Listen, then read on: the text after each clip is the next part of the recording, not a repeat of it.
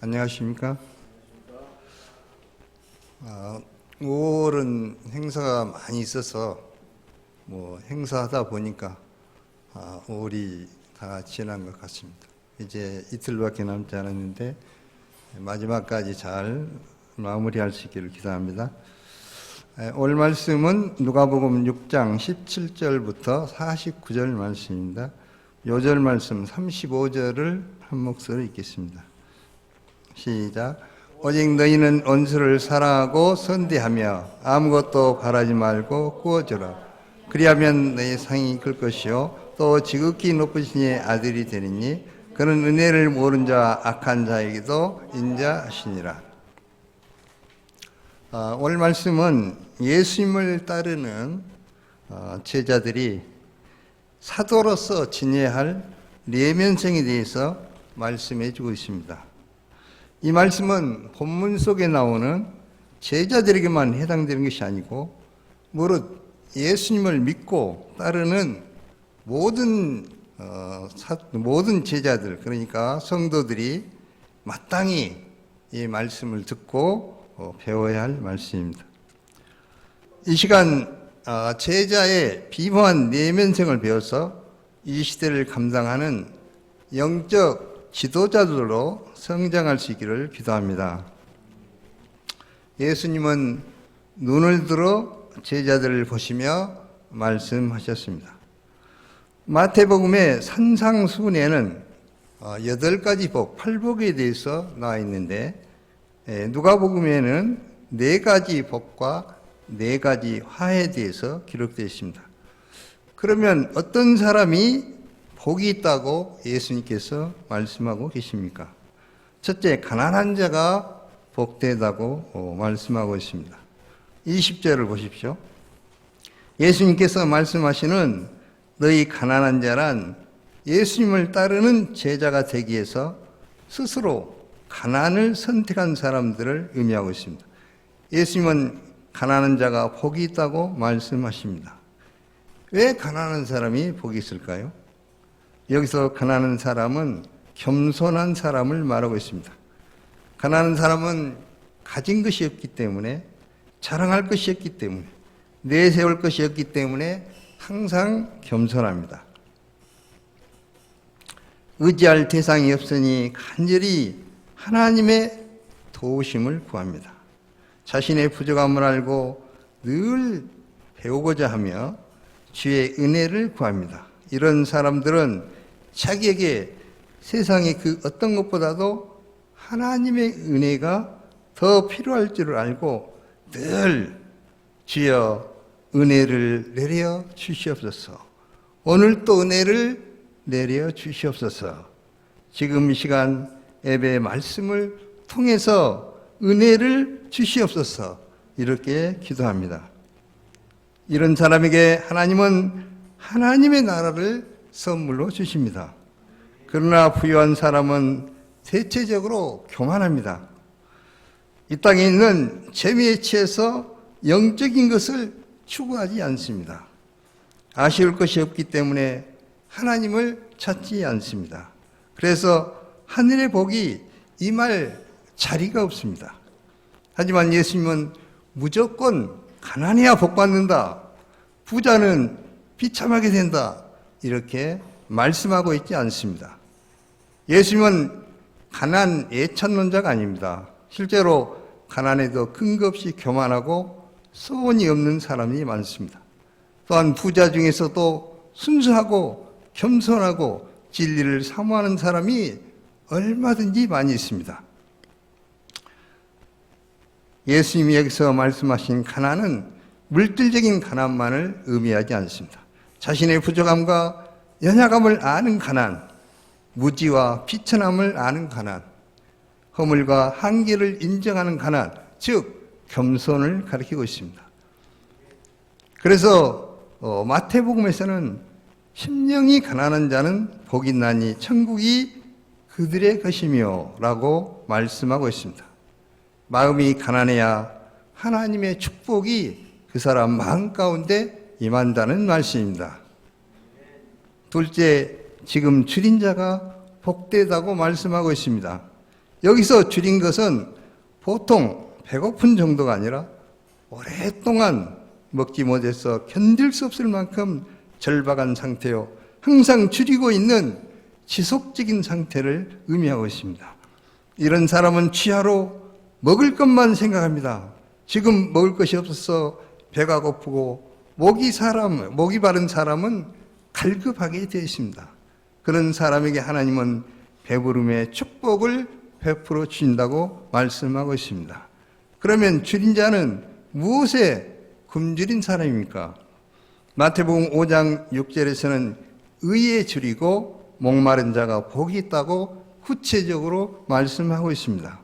여기서 의라는 것은 하나님의 의로서 하나님과 바른 관계성을 맺는 것을 의미하고 있습니다. 그러므로 의에 줄였다는 것은 하나님과 바른 관계성을 맺고자 몸부림치며 투쟁하는 것을 의미하고 있습니다. 어쩌든지 하나님 앞에서 올바르게 살고자 항상 몸부림치며 투쟁하는 것을 의미합니다. 이처럼 의에 줄인 자는 하나님과의 관계를 단절하게 하는 죄들을 멀리하고 적극적으로 하나님을 가까이 하고자 애를 씁니다. 하나님의 말씀을 사모하며 하나님께 기도하는 것에 힘씁니다. 그래서 시편 기자는 하나님을 찾는 마음을 이렇게 표현했습니다. 시편 42편 1, 2절입니다. 한 목소리로 같이 한번 생각하면 읽어보겠습니다. 시작. 하나님이여 사슴이 신의 문을 찾기에 갈급한 같이 내 영혼이 주를 찾기에 갈급하나이다. 내 영혼이 하나님 곧 살아계시는 하나님을 갈망하라. 내가 어느 때 하나님의 얼굴을 배울까?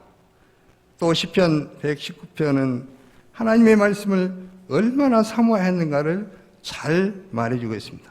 주의 말씀의 맛이 내게 어찌 그리 단지요 내 입에 꿀보다 더 단이다. 또한 내가 주의 계명들을 사모함으로 내가 입을 열고 헐떡였나이다. 이렇게 하나님을 찾고 하나님의 말씀에 줄일 때 영혼의 참 만족을 누리게 된다는 것입니다. 하나님과 하나님의 말씀에 굶주려서 헐떡이는 자는 참으로 복된 사람들입니다.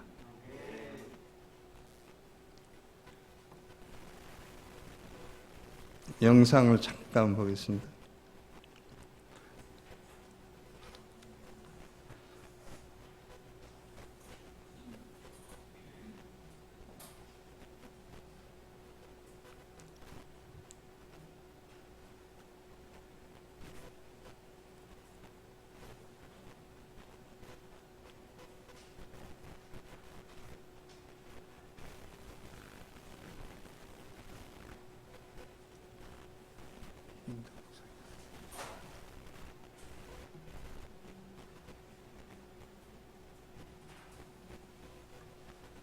우리 인덕 목자님이 하셨는데 우리 사랑 목자님이 하다 보니까 잘 이렇게 연결이 되는 것 같습니다.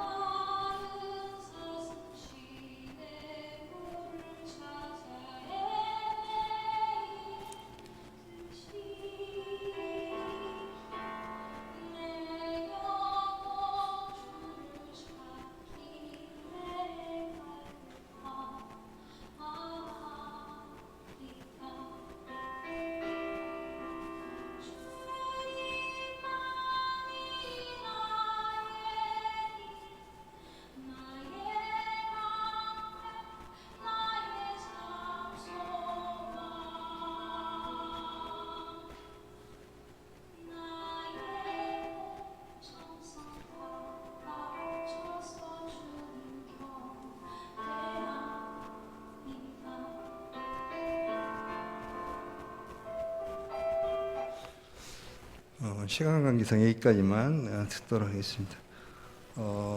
찬송가 가사에 나온 것처럼, 조금 전에 복음성가에 나온 것처럼 시편 42편 1절 말씀을 가지고 아주 잘 노래하고 있는 것 같습니다. 실제 신앙생활을 해보면 정말 사슴이 시냇물을 갈급한 같이 우리의 영혼이 주를 찾기에 갈급하고 정말 주님을 찾는다면 모든 기쁨과 만족이 여기에 있는 것을 알 수가 있습니다. 셋째로 지금 우는 자가 복되다고 예수님은 말씀하셨습니다.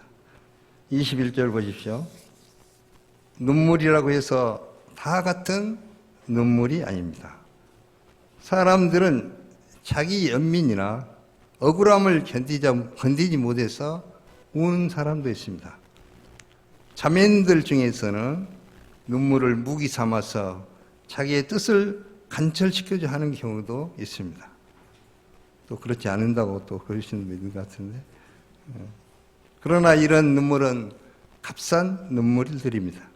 그러면 무엇으로 인해서 우는 자가 정말 복 있는 사람입니까? 참된 눈물은 자신의 죄로 인해서 슬퍼하며 진실된 참회의 눈물을 흘리는 것을 말합니다. 우는 사람은 자신의 죄로 인해서 슬퍼할 뿐만 아니라 양들의 죄, 가족들의 죄, 캠퍼스 영혼들의 죄, 민족의 죄로 인해서 슬퍼합니다. 모세는 사람 백성들이 우상숭배의 죄에 빠졌을 때 심히 슬퍼했습니다. 에레미야 선지자는 백성이 죄로 인해 파멸해 가는 것을 보고 눈물이 시내처럼 흘렀다고 했습니다. 사도 바울은 동족이 예수 그리스도를 믿지 않고 배척했을 때 슬퍼했습니다. 예수님께서도 죄로 인해서 멸망 일보 직전에는 예루살렘을 보시고 눈물을 흘리셨습니다. 이러한 눈물은 참으로 고귀한 눈물입니다. 하나님은 이런 목자의 상한 눈물을 받으시고 반드시 이루어 주십니다.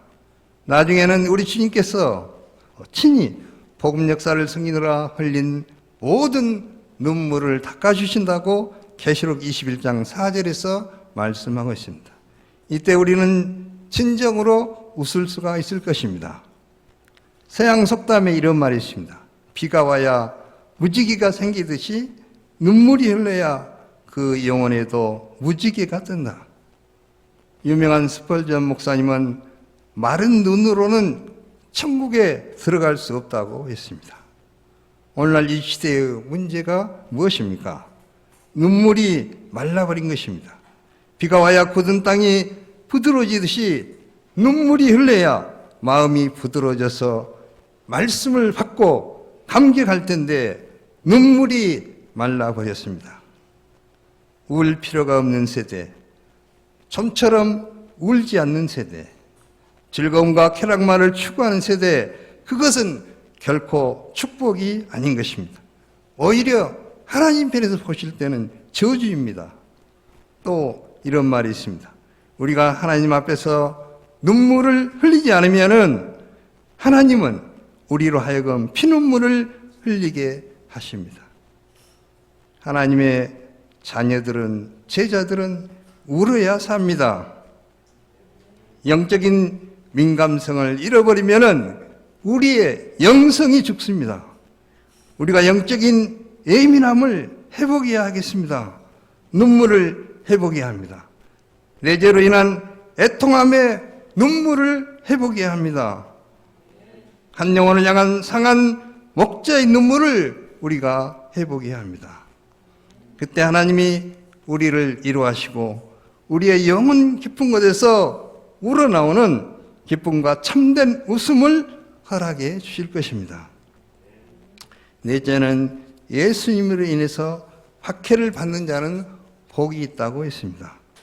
이상 네 가지를 살펴보면 예수님이 가르치시는 복은 영적이고 내면적인 것입니다. 이는 소유에서 얻을 수 있는 복과는 비교할 수 없는 귀하고 영원한 복입니다. 가난하고 줄이고 울고 박해를 받는데 행복하다는 것은 세상의 가치관으로는 도저히 이해할 수 없습니다. 그러나 하늘의 복은 역설적인 데 있습니다. 하늘의 복은 숨어 있습니다. 우리가 이 복을 누리기 위해서는 마음을 비워서 가난해져야 합니다. 영적인 포만감을 버리고 갈급해져야 합니다. 깊은 문제의식을 가지고 눈물로 기도해야 합니다. 주와 복음을 위해서 기꺼이 고난의 십자가를 져야 합니다.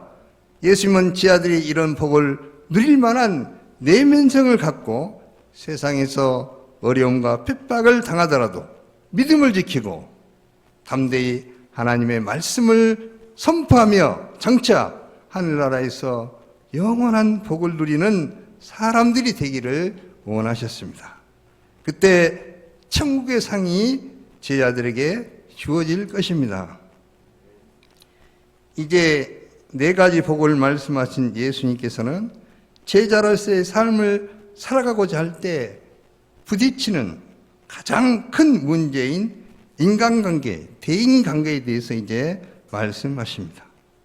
특히 우리에게 원수를 행하는 사람들을 어떻게 대해야 하며, 그리고 이 세상 사람들에 대해서 어떤 자세를 가져야 하는가를 이제 가르쳐 주십니다. 다 같이 27, 28절을 한 목소리 읽겠습니다. 시작. 그러나 너희 듣는 자에게 내가 이르노니 너희 원수를 사랑하며 너희를 미워하는 자를 선대하며 너희를 저주하는 자를 축복하며 너희를 모욕하는 자를 위하여 기도하라. 이 세상에서 우리가 관계를 맺고 살아가야 하는 사람들 가운데는 간혹 기회만 있으면 우리에게 해를 끼치고자 하고 우리가 잘못되기를 바라고 우리가 망하기를 바라는 그런 원수들이 수없이 많이 있습니다. 그들은 까닭없이 우리를 미워하고 입을 열면 저주를 퍼붓고 기회만 있으면 우리를 모욕하고자 합니다. 그래서 우리는 이런 원수에 대해서 어떤 마음을 갖기 쉽습니까?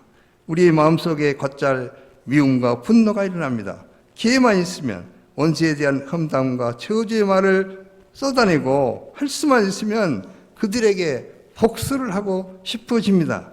이것이 인간의 자연스러운 본성에서 우러나오는 것입니다.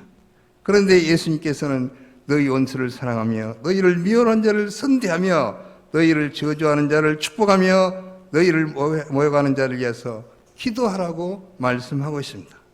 예수님은 제 아들에게 인간의 자연스러운 본성에 따라서 행동하지 말고 그런 본성을 정복하고 원수를 사랑하라고 명령하고 있습니다.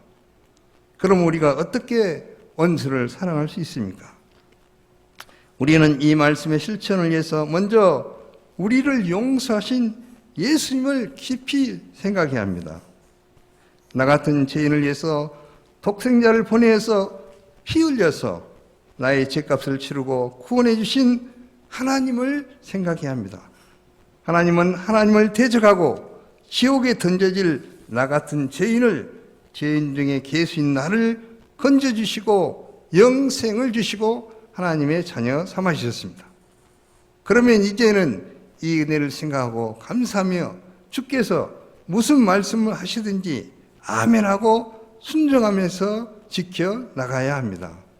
우리가 받은 용서에 비하면 우리가 용서해 줘야 할 것은 얼마나 사소한 일입니까?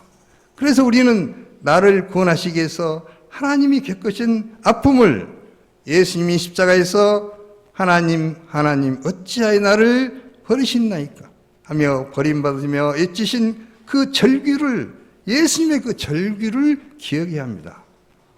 아버지 저들을 사하여 주옵소서 자기들이 하는 것을 알지 못합니다 하고 원수들을 위해서 그 고통 속에서도 불쌍히 여기시면서 기도해 주신 예수님의 마음을 기억해야 합니다.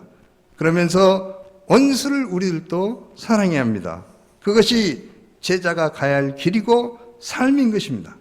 예수님은 십자가에서 자신을 모욕하는 자, 십자가에 못 박은 모든 사람들의 죄를 전부 다 용서해 주셨습니다. 예수님은 자신이 하신 말씀에 친히 본을 보여주셨습니다. 그러므로 제자된 우리 또한 스승 예수님의 본을 따라야 하는 것입니다. 여기에는 어떤 이유나 핑계가 필요 없습니다.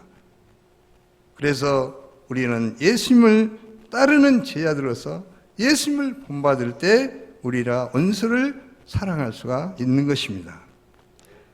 31절을 보십시오. 다 같이 한번 읽어볼까요? 시작. 남에게 대접을 받고자 하는 대로 너희도 남을 대접하라. 우리는 이 말씀을 흔히 황금률이라고 부릅니다. 이 황금률은 보통 내가 싫어하는 일은 아무에게도 하지 말라는 소극적인 말과 대조되는 아주 적극적인 선행을 하도록 하신 말씀입니다. 사실 이 말씀은 우리가 자기 중심적인 면에서 벗어나서 상대방 중심으로 생각해보고 사랑을 실천하라는 말씀입니다. 이것을 우리가 한자로 역지사지다 이런 말, 그러니까 입장을 바꿔놓고 생각해봐라 그런 말씀입니다. 우리는 남에게 대접을 받고 싶습니다. 이렇게 저렇게 내가 원하는 대로 대접을 잘 받으면 그때는 기분이 너무나 좋습니다. 그런 것처럼 내가 대접받고 싶은 대로 남을 먼저 대접해 주라는 것입니다. 사람은 다 똑같습니다. 제가 지금까지 살아보니까 모든 사람은 다 똑같은 것 같아요.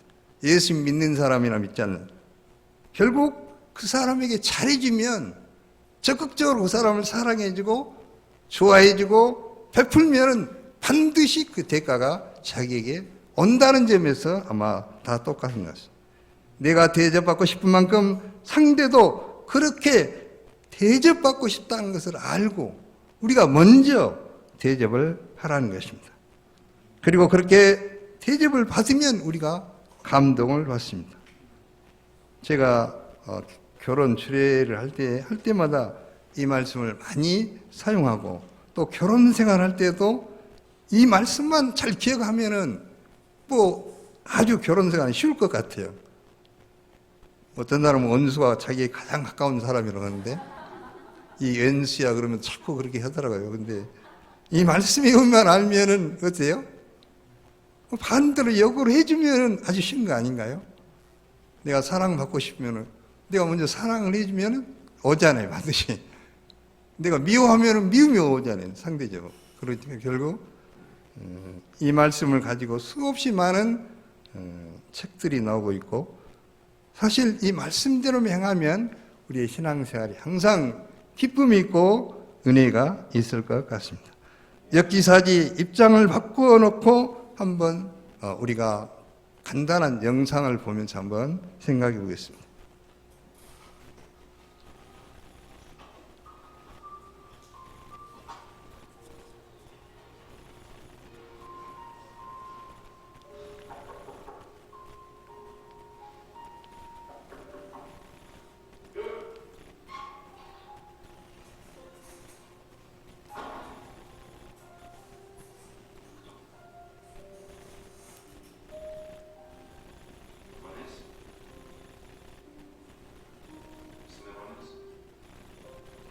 다 알아듣는 것이죠? 왜 지각에 있니 그러죠?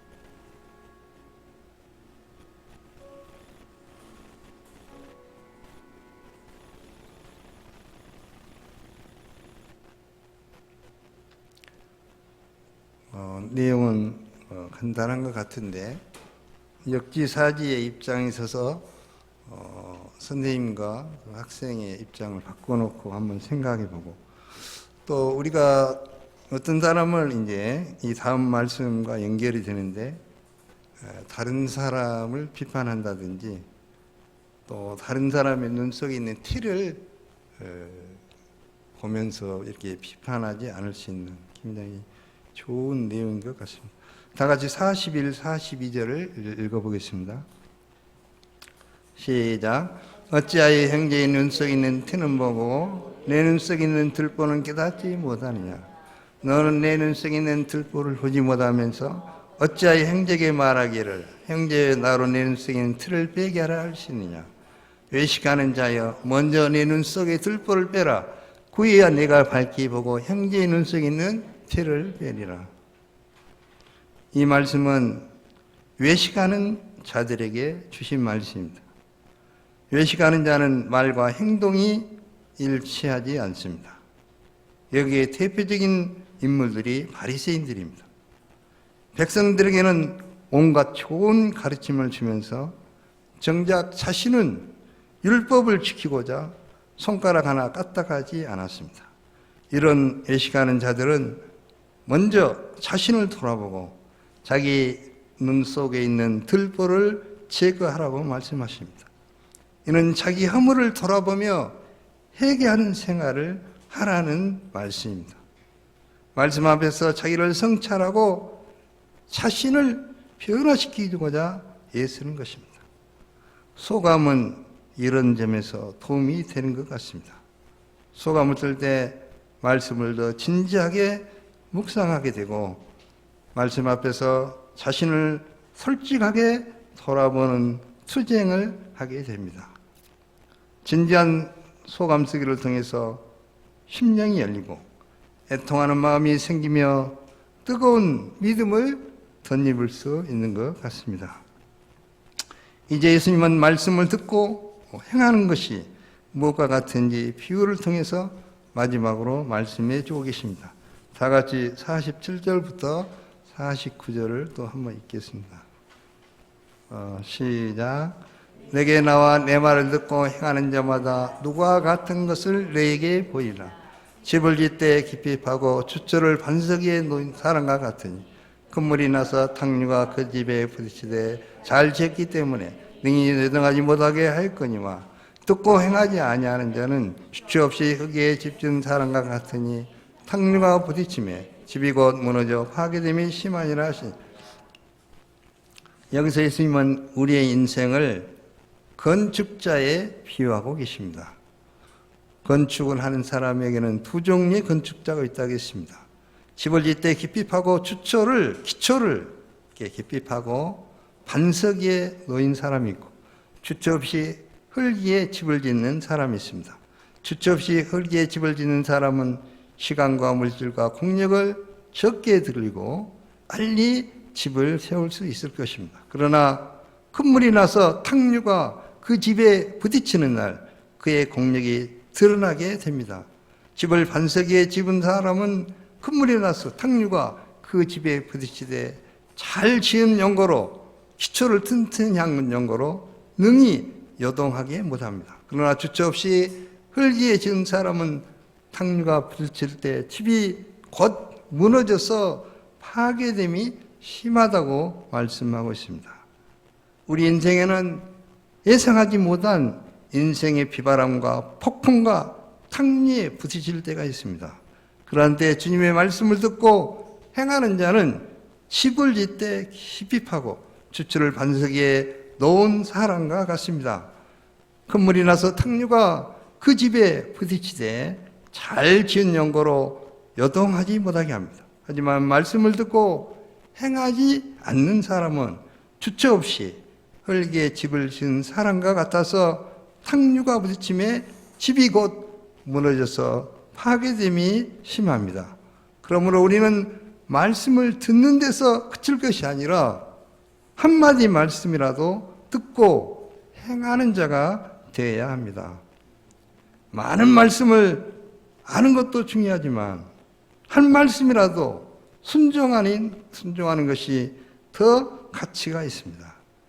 우리는 매일 일용할 양식과 매주 주일 말씀을 통해서 말씀대로 살고자 애쓰는 것에 우리가 가치를 둬야 됩니다. 결국 하나님의 최후 심판대에 설 때 내 삶에서 무엇을 행했는지가 다 드러나게 될 것입니다. 우리가 해야 할 일은 말씀을 듣고 행하고, 말씀을 듣고 행하고, 또 말씀을 듣고 행하는 것입니다. 이것이 바로 우리의 신앙생활인 것입니다. 결론적으로 우리는 예수님의 말씀을 듣고 지켜야 합니다.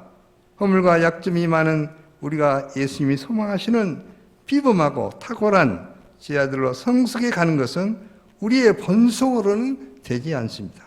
우리의 본이 되신 예수님을 꾸준히 배울 때에 가능합니다.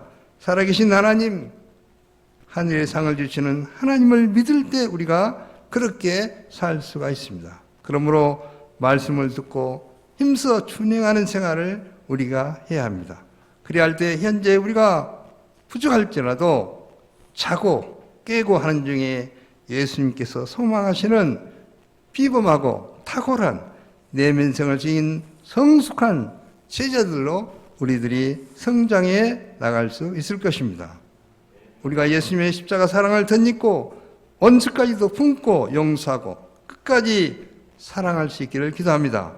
하나님의 자녀로서 세상의 빛이요 소금으로서 세상을 밝히며 예수님의 말씀의 반석 위에 인생의 주추를 놓는 지혜로운 삶을 우리가 살아갈 수 있기를 기도합니다.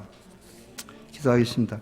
하나님 아버지, 원수까지도 사랑하라는 귀한 말씀을 허락해 주심을 감사합니다.